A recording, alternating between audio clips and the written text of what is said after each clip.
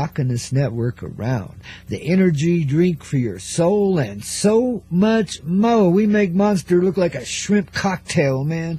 I tell you. So listen, I promised you earlier this week we would do a segment or two of the Atomic Bum every now and then here on this Coyote Medicine Show. And while I may be slow, I always follow through, man, you know, because I'm an old hippie and I know what to do, you see, and so do you. So let's go back to that beginning moment, you know, and see if we can't, like, help jog your little memory. Because, you know, I'm telling you, the birth of your soul is the birth of the heart of the great love in all. Especially when it ascends as a human baby in human form, you know, and flows on in, you know. This is the kind of thing you'll be remembering, is what it was like to come from that light and love. And, ooh, I mean, it's just total and complete. I mean, you're just in it. There can't be anything contrary or negative. It's just flowing love, a glowing place, a nurturing heart that you can feel that just blesses you and every little extended atom and cell of you that begins to form and take place and becomes the energy field of you, and then comes on flowing down this birth canal too and finds its way into this existential reality we call the 3D. Wow. And there's a moment unraveling in the divine mystery. Now let me read you a little bit of my own history from this here book. It's called The Atomic Bum. B-U-M, like the thing you're sitting on, or like the hobo that comes knocking on your door. Depends on the terminology you choose and the definition you want to live with, you know. But it is called The Atomic Bum, Life on the Edge. And it's written by a gentleman called Coyote Bear, B-A-R-E. And guess what? Coyote is bear in this book, man. About as bare as can be. You're going to love it, you know. It's on Amazon.com and Barnes & Noble and anywhere else you want to go buy a book. You know, you can get it anywhere, man. You know, best to buy it straight from me, you know, and get an autographed copy. You can get that over on thecoyoteclub.com. Coyotes with a K and clubs with a K, as usual, you know. And baby's just, well, anyway, it's a work of my heart. And here we go. You know who Coyote Bear is, of course, Grandpa. You know, when I first published it, there are copies out there that say Grandpa Coyote on them, but the rest of them are like, you know, Coyote Bear, because that's my marketing, you know, wow, and my pen name, you know, and my alter ego in a sense, yeah. So I could sit there and interview myself, basically, and tell myself my own story in this book. And it's not just my story, and it's not a selfish little swiny little autobiography. No, it's an autobiography of humanity, you know, of the movement of our heart in the worlds and divisions in this life that are unseen, you know, for the most part in these past tense things we call historical context, you know. Presently it's quite different, thank goodness, as the sun arises in our heart. And here's when the sunrise began in this lifetime for me, baby, as I joined the enlightened flow we call love in motion. All right, from the The Atomic Bum by Coyote Bear from page 19. Okay, here we go.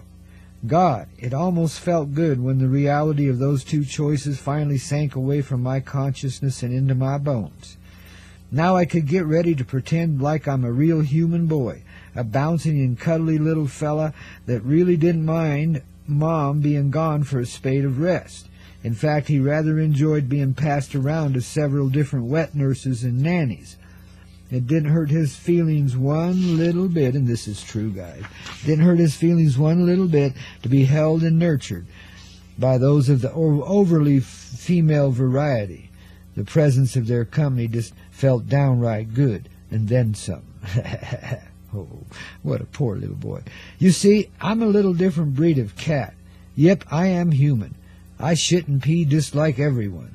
But the energetic imprint I got, the one most folks get directly from their mothers in their infancy, came instead from the stars. That's why my mom had to be gone from me for a while. It was just part of the plan, you see. If I'd stayed long enough through those early formative months, I wouldn't have stood a chance at carrying the burden, let alone making the choices I had to make. So we, the angels and I, snuck a little fast one in on the beastly beings that rule this world. Mom flipped, and I guess they got a bit of time to mess with her. But it also meant they could not imprint me with their mark of slavery through her, the way they did most people. I was born into the prison the same as everyone else, but I came as a relatively free inmate, a trustee, if you will. Through the other women in my early life, the angelic beings were able to slip a little different program base into me, one that gave me the eyes to see through this earthbound illusion. The risk we all took was that being able to see it so clearly, yet still being warped by the human density, could cause me to rebound with a rage so strong there'd be no stopping it. I could become a destroyer, the very angel of death and destruction, were this rage not contained in some way. I mean, seeing through the ghastly phoniness of this world does tend to piss one off, you see. So it was determined early on that, sure, I'd get a dose of the darkness such as most people never see. But along with that experience would come yet another in which the energy of the resulting rage would be contained or limited. That way I'd rapidly become one of life's bummed-out little losers, until I could finally come to grips with this immense load of darkness, the very pain of the earth herself. And when I did finally get a lid on it, this energy, this darkness, would again realize what it had long since forgotten, that not only am I its friend, I am also its soul brother, its not-so-evil twin. Then darkness could see its own light and begin to remember why it felt itself given stewardship over this little party to begin with. And that would change everything anyone ever did, and there'd be no more war. Between the worlds or between the peoples, not even between the sexes or the animals. The lamb and lion truly would lie beside one another in peace, like they hadn't done in a long, long time. See, sometimes it catches up to me a little bit, so I got to catch my breath here. More than a worthy goal, wouldn't you say? All I had to do now was stay alive for a while and grunt myself through. It wouldn't be easy, and there would be death all around me, everywhere. Hearts would be annihilated, consciousness would be crushed, and not just in me either, but in those around me, those who were close to me as well. You will encounter many friends along this path, the angels told me, but not many who are true or fair. Those who are will not remain with you forever. It's best that you find what appreciation you can for them while they're here. Dig into the meat of this life and grab all the fleeting enjoyment that you can. For there will be far too little of it here, just enough to see you through, and no more. That is, until the end, of course. Why does it always have to be so bittersweet? I asked unconsciously, as my heart began dissolving into its humanness. Why wait to the very end? Look, see the sun, the angel smiled while pointing to the eastern sky. It is the day of your first dying. You are arising once again from the grave, this time to take hold of what you've always left behind. Remember this in your heart, carry it, and you will not fail to remember it when the time is right. You are the rising sun, the dawn of the re-beginning of the ages. Remember this every time you see the sun arise. Remember your soul has not been forgotten. You are alive because you've chosen to be. You are here in an effort of the heart, the completion of all effort, and the beginning of the new day. Remember this, and you shall live to see it. Whew.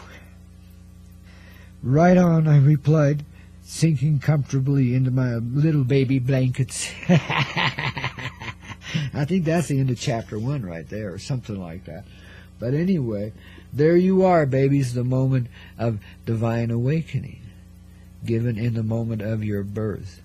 Something we carry with us right to this moment in time, though bury it beneath the surface we must, for a while. But that while has long since passed. And now we're here at the juncture of time at last. This moment of now where the sun does arise inside. And babies, it's time for us to take that little ride. And let this heart show us what is truly to be, what we truly are, and what we truly see. And why we've chosen to be so far from it for so long now. Yet always together within that heart and never departed from it. It's an extension of our energy and love that we put into this form of creation. And that's why it could be given impartiality, or at least what would seem to be, but always was the fullness with it, always, carrying it through. It's an energy, a life that lives. It's like your spiritual embryonic cord that never goes away. You see, it's the divine attachment of yourself to all life. And it's living through you continually, you know. And through that forms creation all around you. You know, it's by your very own heart's interpretation that it does so, too. So your feelings and emotions have a lot to do with what you live in and what happens in your reality. Sometimes, you know, your soul yearns for some kind of adventure, and it'll kick your ass a little bit with some kind of tragedy to get you moving in a good direction. Sometimes your soul yearns for freedom, yearns to be together and united and no longer see itself as a separate aspect of creation, but rejoined with it all, because it never really left it. See, we just expand our energy into the creation. We just become that creation as we expand into it. And every now and then we personify ourselves in a piece of it, like we're doing here in humanity, you know. And it's an elegant and gentle and kind thing to do, because it's a way of, you know, taking the ripples out of the waves and getting the waves flowing real smooth and purty, you know. Everybody thinks they can't re-engineer the ocean, and you can't make a wave stop, etc., you know. Goodness gracious, guys, we are the wave. And when we flow with the wave becomes a beautiful, curling, you know, surf-pounding, mother-loving kiss of life.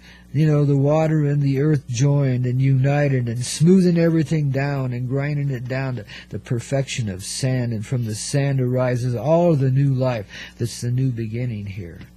Energized, of course, by the sun, which absorbs back into the hearts of the many that it seemed to be so far from. Welcome to the new dawn of the new age, the beginning of a new life for you, in other words. You'll never, ever visualize this life as you have before, and thank goodness for that. Now we're living, babies. Now we're taking that little step forward, you know. Put this mother trucker in first gear and let's see where we get with it, shall we? Oh, yeah, babies. Rocking and rolling, strumming and strolling, relieving the heartache away, babies, and starting to glow here on this beautiful day. Ooh, man, Thursday on the Coyote Medicine Show. Only on the Hazy Radio Network, the one heart and all, given to you big and tall.